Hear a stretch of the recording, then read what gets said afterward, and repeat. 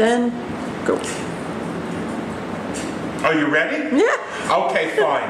Well, you wanted me to make a video. Welcome to my humble home. And I've been here a year, and one of the reasons, there were two reasons I bought this house. One was because of that beautiful outside, which you can't see right now, but if you want to come visit, we'll show you. And the other was because of this beautiful open area. Look at this gorgeous kitchen. I have so much room to work. And I have a self-cleaning oven and refrigerator. Problem is, I don't use them. I don't know how to use them. I'm trying, but I just don't know.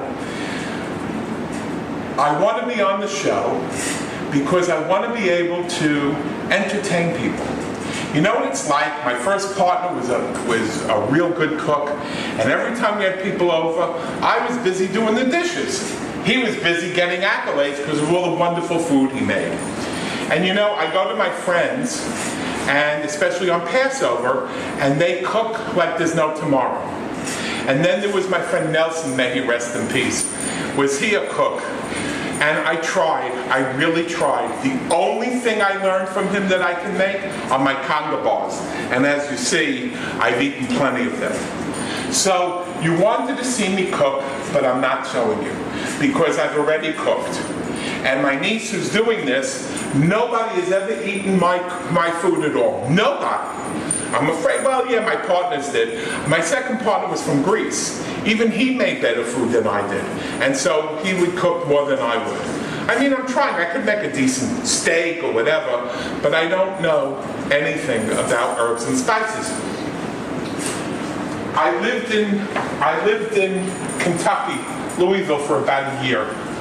And I went to a spice store, and I bought all these spices, some of which you see here, some of which you see here, and they promised that they would teach me how to use herbs and spices. Guess who didn't learn? So I tried to do my best. Like I said, I really want to entertain. Look at the beautiful things I've bought, because I've always said, oh, I'm going to entertain, I'm going to do this. I even have like these spoons, right? Gorgeous spoons that I can use and put in like you do on cooking shows and stuff. They're laying there. I really do try. This week alone, the past 2 weeks alone, I've used this crock pot, this slow cooker, right? Good slow cooker. I put in here, I made like a beef stew. Right? So I go, it's slow cooking in the morning, I put everything in, I come home, burnt to a crisp. Who the heck can burn stuff? But I burned it. So, okay, fine. So then, because you know, you see how thin I am, I'm trying to lose weight, I bought a turkey breast. And so I looked online, they said, yeah, you could put it in a crock pot. So I rubbed it with oil, I rubbed it with butter, I put some herbs and spices on it. Again, they told me 4 hours. I cooked it for 4 hours. It was drier than the Sahara Desert. It was awful, and even the skin, the flesh was so upset, it relieved itself from the bones because it didn't even want to be a part of it. This is my life. So as you see, I did make I made some food, which I'll show you. But honestly, if I could, I would love to be able to have a table here. And over here have all these wonderful foods. You know, I have friends, mostly gay, I must admit, but even my friends Mary and Steve, they make these wonderful platters. They make these deviled eggs. It's so beautiful when you go to their house, the smells all over the place. My house, all we do is smell burnt. I mean, if we could have smell-o-vision, wait till you see what I'm bringing out. You'll understand my poor niece, what she had to do. But then again, when she was born, I passed out, so she owes me one. So I would love to be able to have this wonderful setting here. My gorgeous platters, put them out with food. Have these little things that I bought, these little bowls and these little, you know, be piss elegant. That's what I want to be, piss elegant. But it will also give me a chance, if I ever learned how to cook right, to eat right. And right now all I do is consume. I come home and I just put things together and I consume. So, and I want you to meet a new member of the family. This is a new, whatchamacallit oven. what's it called? I forget it. Toaster oven? A toaster oven, thank you. That's what happens when you're old. It's replacing this one because this one smells so bad from how I tried to cook in it and it exploded. So as you see, I had to buy this to replace this poor thing. So you ask about my cooking. See, I have a self-cleaning oven. In 1 week's time, 2 weeks' time, look how bad it is because everything splatters all over. It's just disgusting. Because I don't know what the hell I'm doing, I'm telling you. And you should see what goes on in this thing. When I put stuff in there, baked potatoes explode. And I do fork them, but they explode. So, here are some of the things I used to make today's repast for my poor niece. I made two things which have been so successful in my life that the garbage people love me. One is a meatloaf, and one is a tuna melt loaf. Yeah, I know. So I use stuff like rice and breadcrumbs, and I use eggs, and yeah, I love these things, the French's onions, and I use Pam, good for Pam, and then I use things like mayonnaise and all these kinds of garlic and rice. I don't know what the hell I'm doing, I really don't, but you know,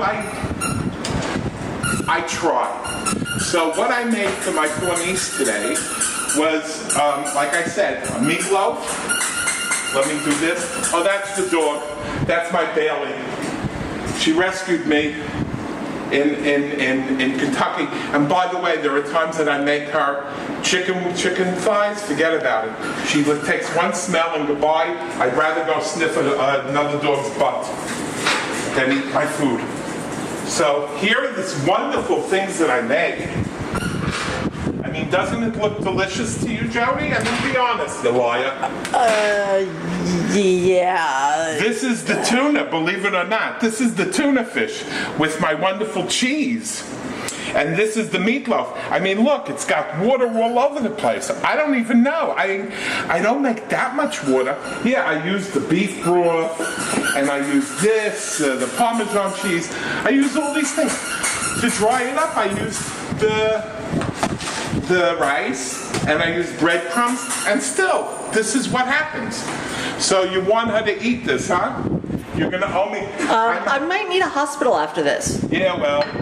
And I even taken out the dog dish in case, you know, she wants to eat it. But she'll hold the nose too, that's for sure. And by the way, you see, I do have stuff that I can cook with. I buy all these things and beautiful measuring cups and whisks and all that sort of stuff, even to make vegetables the healthy way. I don't come from very good cooks. My mother made a good chopped liver with chicken fat in those days. It's no wonder I have man breasts. But you know, even have this for the eggs. I have it all over. It just sits there because I don't know what to do. So anyway, I know we want to give her a taste. If we were Christians, I'd give her the last rites, that's for sure. But we're Jewish and it's our Sabbath, so we better watch it look good. And so this is the tuna, which as you can see, we're gonna what? We're gonna do that with, she'll eat it with that fork. Go ahead, try it. Try it. Hold on. You want me to hold that? You hold that. I hold it like this. I could smell it from here. Look, yeah. I could smell it from here. Right? What did you put in that? Right? Oh. And really, it's not that bad. It really isn't that bad, right? I put... You're not bad at all. No. I put... Well, you can have some soda, I put in here... I'll show you. You want to take this? I put in an egg, and I put in mayonnaise. I put in a little bit of the Parmesan cheese. And then I said, you know what? It may be too bitter. So I put in some raspberry jelly. Oh boy. I mean, I thought, you know, and I put a little salt. I figured, okay, what the heck? You know, it'll help. It was really that bad? Because it smells bad, I have to tell you. My God. Thank God we don't have smell-o-vision. Now, here's the meatloaf, which I'm not saying anything. But there, you want another fork or you want to eat it from that fork? We'll use the same one. No sense in It's going to putting taste another bad fork. stuff. Well. But that shouldn't be that bad. I don't know. Flip. I'm flipping. I'm flipping. I'm flipping. There she goes. She's eating it. I don't know what that is. Right? It's not that bad. It's not that good, but it's better than the tuna. Gee, what a here. You want to watch this. Watch this. She's going to take a schmeck of this and she's going to go away. See, even she doesn't want it. Even she doesn't want it. I'm in bad shape altogether. So, this is my house. This is my thing. I don't know what else you want me to do. But I guess we'll send this to you and see what happens. Okay? And if everything goes well, you're all invited when I win. And Ann Burrell or Rachel Ray come with me. We'll have a big barbecue outside, which is another thing. I always burn things on the barbecue, so I didn't buy a barbecue yet. That's all. Ciao. Wait. All right, so sue me. I forgot to read the directions. Lester Turchin, Turchin. I'm from Fort Lauderdale, Florida, although originally from New York. I'm 65 years young, 6'5", 330 pounds and losing. And this was the tuna surprise, which my niece just loved to death. And this was the meatloaf surprise. By the way, as I told you, no one has ever eaten my food before. So we can't compare anything to what has happened. I can compare because one time I made this tuna and my first dog, Mika, she smelled it and she threw up. But that was back in New York, back in the early 80s. So that's why we can't compare. But like I said, I really want to learn how to cook for health reasons and to entertain my friends one time before I drop dead. And as you see, I have the accoutrement to try to do that. I think that's all you're going to need, right? What the heck? Thank you again. Bye.